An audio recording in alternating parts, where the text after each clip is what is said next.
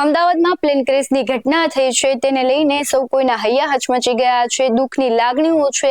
આ વચ્ચે રાજકોટમાં આજે વિજયભાઈ રૂપાણી છે તેમને અંતિમ યાત્રા થવાની છે, ત્યારે તેમને આજે ગાર્ડ ઓફ ઓનર સાથે સલામી આપવામાં આવશે।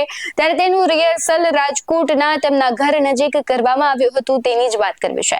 નમસ્કાર, આપની સાથે હું ભગવતી વિશાવડિયા।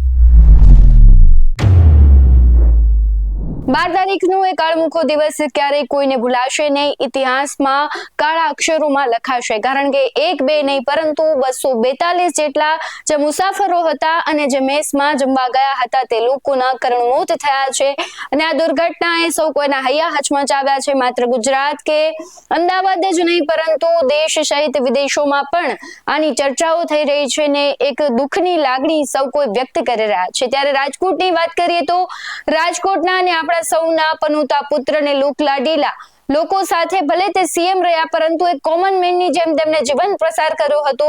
ત્યારે આ કોમન મેન એટલે કે વિજયભાઈ રૂપાણી છે તેમનું પણ આ દુઃખદ ઘટનામાં મોત થયું છે અને તેને આજે અંતિમ સંસ્કાર કરવામાં આવશે। ગઈકાલે તેમના ડીએનએ મેચ થયા છે।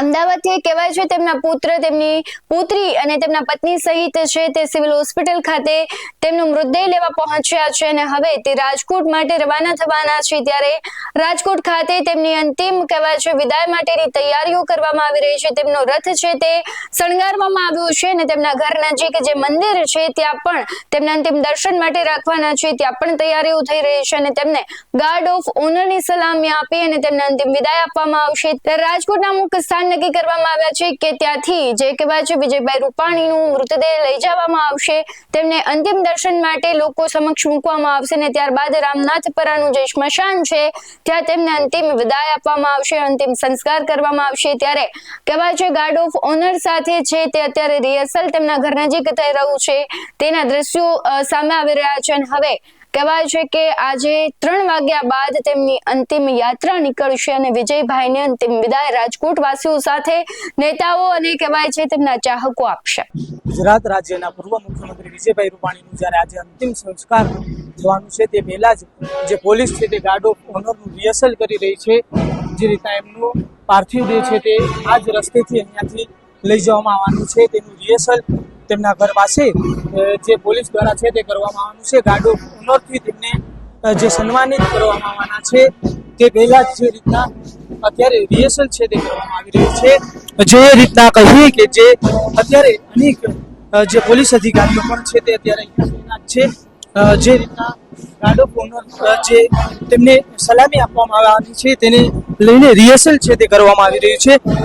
જે તેમનું ઘર છે ત્યાંથી નજીક આવેલું જે તેમને ઘરની નજીક આવેલું મંદિર છે ત્યાં સુધીનું જે રીતના રિહર્સલ છે તે પોલીસ દ્વારા હાલ અત્યારે કરવામાં આવી રહ્યું છે। પોલીસ ગાર્ડ ઓફ ઓનરનું રિહર્સલ છે તે કરી રહી છે।